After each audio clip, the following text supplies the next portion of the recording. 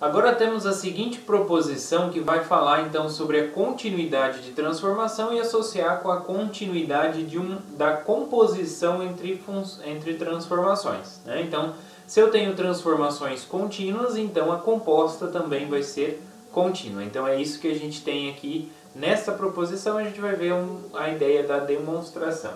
Então, seja T que sai de um conjunto A do Rn e chega no Rm, S que sai de um conjunto B do Rm e chega no Rp, né? Tais que a imagem da transformação T, então T de A está contido em B, tá?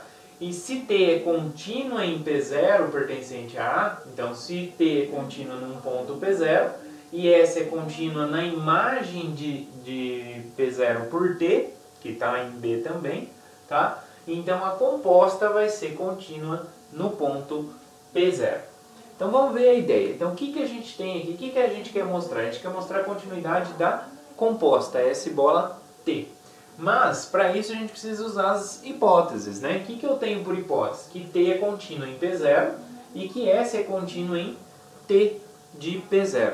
Então primeiro, a gente sabe, então primeira hipótese, que T é contínua em P0. Então o que significa isso pela definição? Significa que para todo epsilon maior do que zero, existe, vamos chamar de delta1 maior do que zero, tá?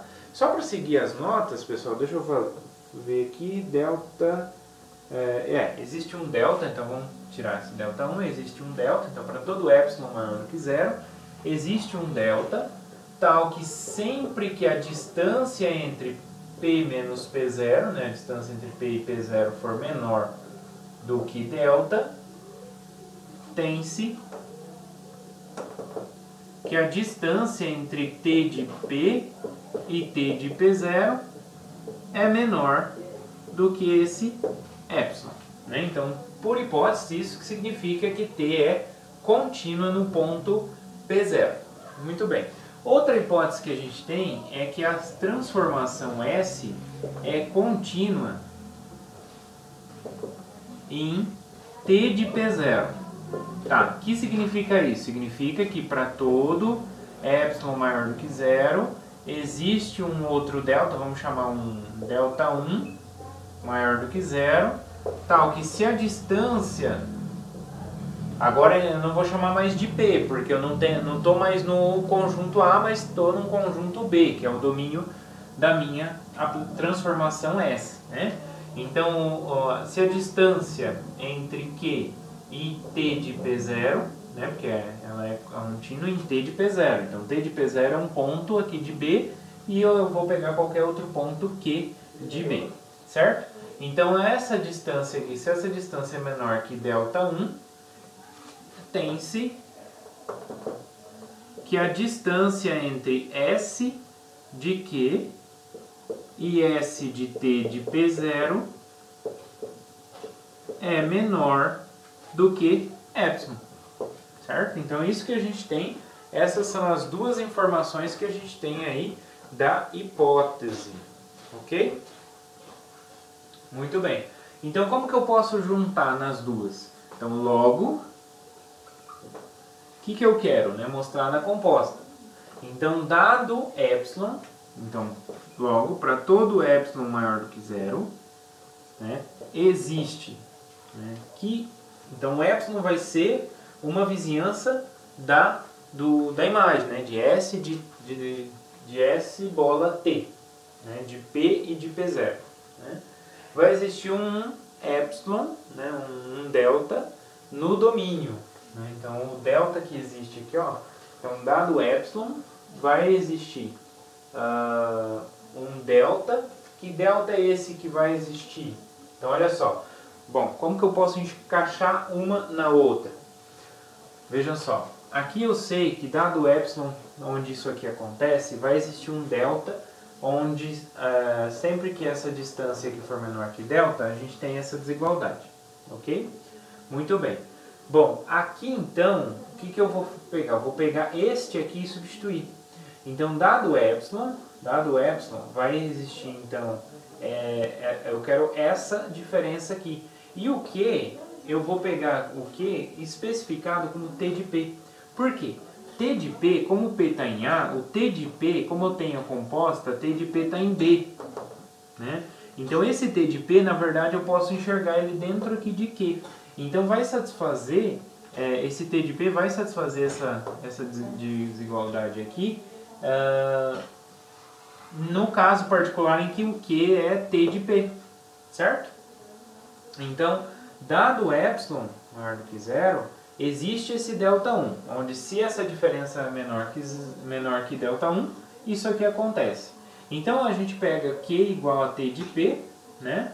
E sabemos que essa diferença aqui, se essa diferença for menor que ΔI, então beleza, então fechou. Então olha só, então vai existir, para todo epsilon, vai existir esse delta aqui, esse mesmo delta aqui, maior do que zero, tal que se a diferença entre P menos P0 for menor do que delta, o que vai acontecer?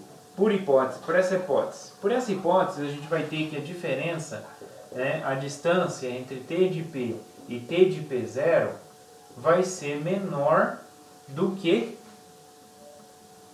esse epsilon, né? Para todo epsilon. Para todo epsilon aqui, ó. Mas que epsilon que eu vou pegar aqui? Exatamente o ΔI. Né? Então, se eu pego o epsilon igual a ΔI nesse primeiro, o que vai acontecer? Para esse ΔI vai existir um delta, onde essa diferença aqui menor que delta vai implicar que essa diferença é menor que ΔI. Tá? Então, existe esse delta, onde essa diferença vai ser menor do que ΔI. Tá? Então, esse delta existe aqui e esse ΔI existe aqui. Só que eu só pego esse ΔI, substituo aqui, vai existir um outro delta aqui para esse epsilon igual a ΔI nesse primeiro. Ok? Então essa diferença aqui vai ser menor que ΔI, né? Então eu posso enxergar o Q como sendo o T de P aqui, certo? E aí, sempre que acontece isso daí, eu vou ter o quê? Que a distância entre S do ponto, né, Q, que seria o nosso Q aqui, tá? É S de T de P menos S de T de P0. E essa distância é menor do que o epsilon dado. Né? Então, olha só. Dado epsilon, eu vou usar essa aqui, ó. Dado epsilon, existe um ΔI, onde isso aqui acontece. Agora, para esse ΔI, eu vou jogar ele aqui, ó. Para esse valor de ΔI, eu vou jogar nesse aqui. Vai existir um delta, onde isso aqui acontece. Se isso aqui acontece, tem que isso aqui é menor que delta. Então, eu olho esse aqui dentro desse, né? Pegando o Q igual a T de P. Certo?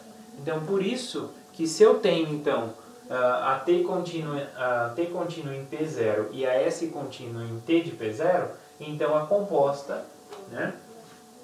Portanto,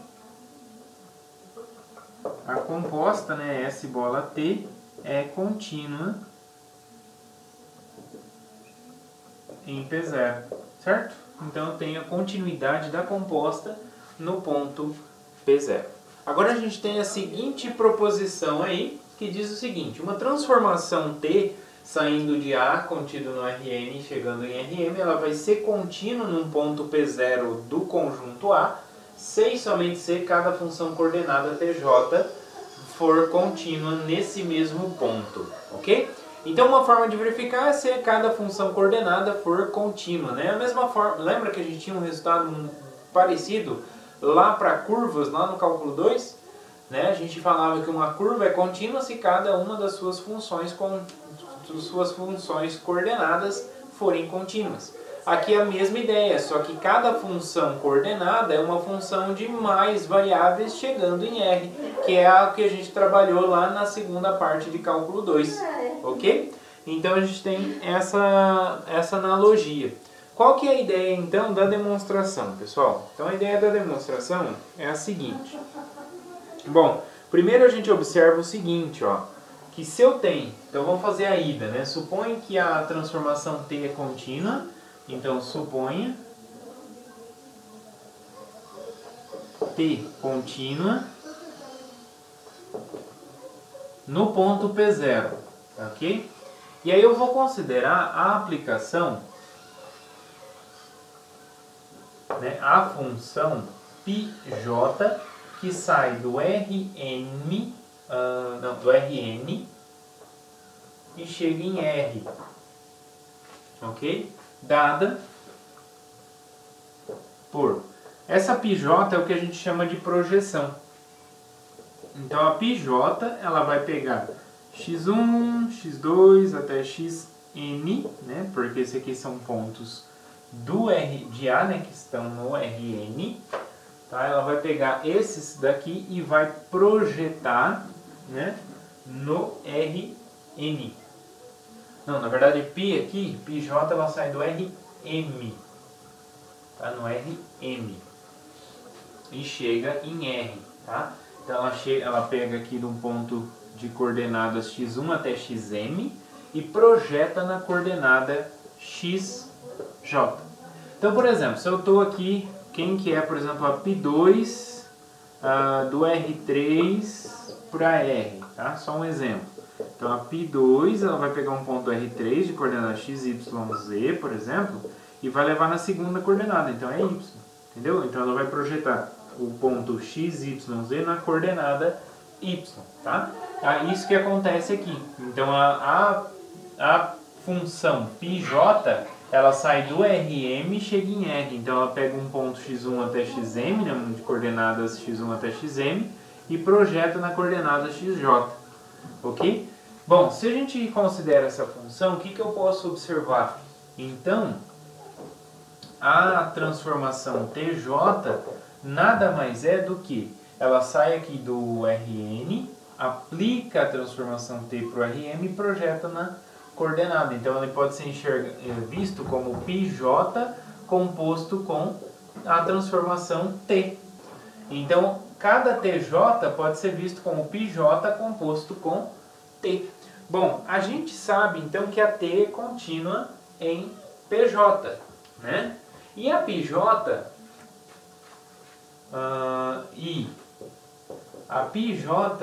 é contínua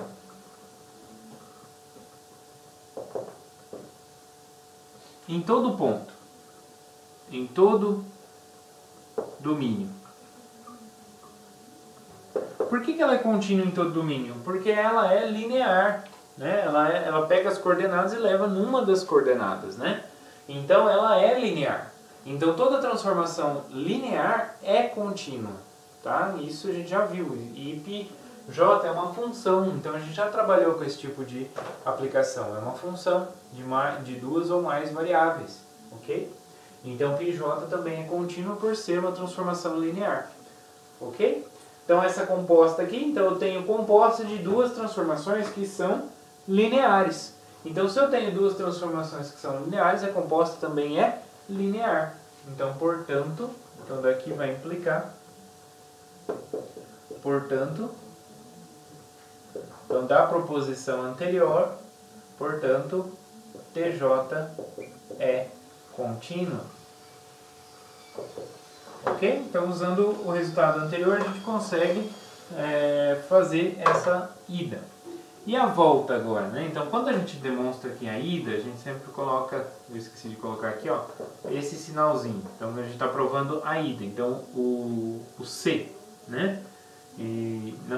Tá? Só nessa direção. Então, a gente está supondo essa primeira, que T é contínua, e está querendo provar que cada função coordenada é contínua. Ok? Agora, e o contrário, né? Será que é satisfeito? Então, o contrário, como que fica a demonstração da volta? Então, a gente supõe então que cada coordenada Tj é contínua no ponto P0. Então, aqui em P0. Tá? Então, supõe que cada Tj é contínua em P0. Como que vai ficar então? Como que eu posso demonstrar que a T é contínua? Como a Tj é contínua, o que significa isso? Né? Então, logo, dado, né? Vamos escrever matematicamente falando. Então, para todo epsilon maior do que zero, existe um delta, tá? Seguindo aí as notas de aula, um ΔJ, né? Porque para cada J, então eu vou ter esse delta, além de ser para cada J, para cada epsilon, né? Então eu vou ter esse ΔJ também maior do que zero, de tal forma que todo ponto P, né, em A, cuja distância, né, é menor do que delta, nesse ΔJ, né, tem-se. É claro que, pessoal, eu vou olhar só para os pontos P que estão no conjunto A, né? Não faz sentido eu olhar para pontos P que estão fora do conjunto A. Então, naquela bolinha lá que a gente imagina geometricamente, eu ainda tenho que fazer a intersecção daquela bolinha com o domínio da minha função, porque não faz sentido eu avaliar em um ponto que a função não vai poder ser avaliada, né? Certo? Então, fazendo então dessa forma, então tem-se que o módulo, né? Por que o módulo? Porque TJ ela chega em R. Então aqui a definição que a gente está utilizando é a definição que a gente vê lá em cálculo 2. Né? Então a distância entre T de P e T de P 0, né? Essa distância entre os T's vai ser menor do que esse epsilon, certo? Na verdade TJ, né? Porque é a transformação TJ que a gente tem. Então a gente tem que isso é válido porque TJ é contínua em P0. Ok? Bom, o que eu posso pegar aqui? Né? Na verdade eu posso então tomar um epsilon de tal forma que eu posso dividir esse carinha aqui por raiz de m. Bom, por que eu vou dividir por raiz de m? Daqui a pouco a gente vai entender de onde vai vir esse raiz de m. Tá? Então, muito bem. Então, ó, dado epsilon, então vamos pensar o seguinte, ó. Dado um epsilon, né, eu vou conseguir, então, um delta de tal forma que para todo P próximo de P0, numa distância ΔJ, a imagem do meu TJ vai estar próximo do TJ do P0, uma distância epsilon sobre raiz de m. Então é como se eu pegasse, imagina no R2, com duas coordenadas só. Então existe um ΔI e um ΔII, né? Onde a imagem de um vai ser a primeira coordenada, a distância da primeira coordenada vai ser epsilon sobre raiz de 2. E a distância da segunda coordenada é epsilon sobre raiz de 2. Então é como se eu estivesse num quadrado, né? Então todo mundo que tem essa menor distância, tá bom? Então essa que é a ideia, quando você junta todos eles, né? Então olha só, o que vai acontecer aí? Então se eu pego, então seja delta,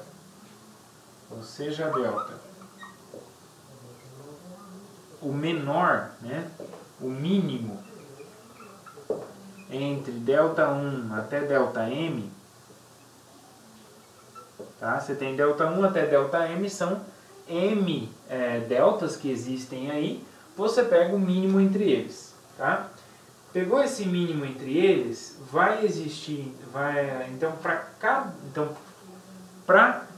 para todo mundo, todo P que satisfaz isso, né, é menor do que esse delta aqui, então em particular ele vai ser menor que todos os deltas. Então para qualquer J isso aqui vai valer, né? Então como vai ficar? Então, né, então seja delta, né, se o ponto P, né, se o ponto P pertence ao conjunto A, faltou aí o A, viu pessoal? Na apostila aí está faltando P pertencente a A. É tal que a distância entre P e P0 é menor do que esse delta aí, então se essa distância é menor que esse delta, é menor que qualquer ΔJ. Tem-se. Então o que a gente vai obter?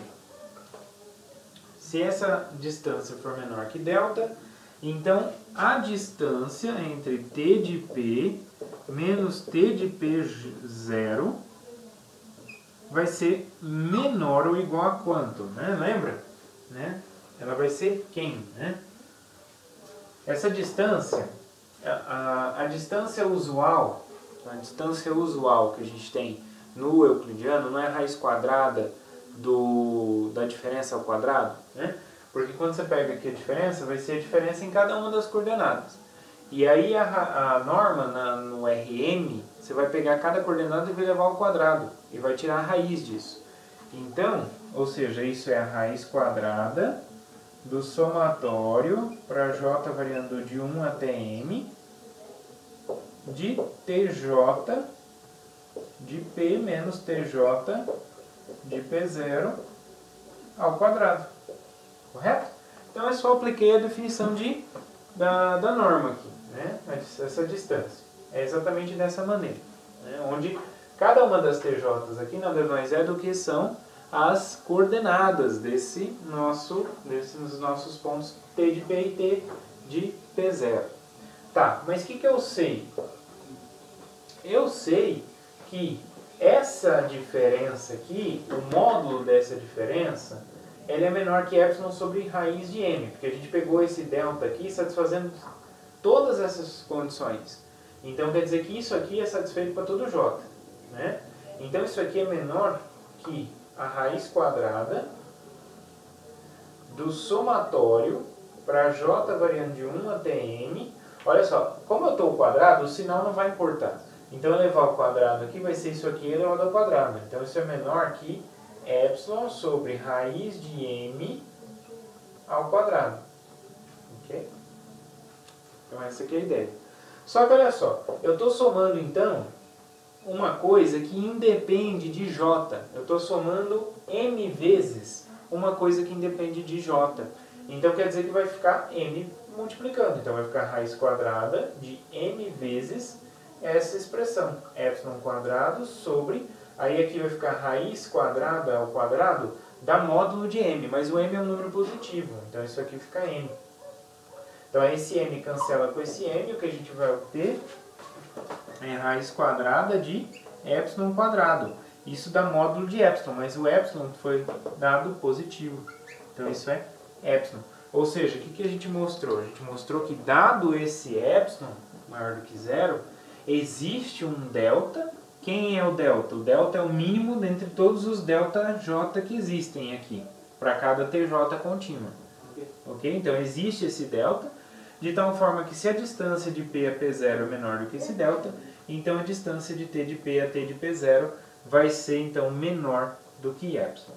Isso aqui então garante que a transformação T ela é contínua em P0. Então, portanto, T é contínua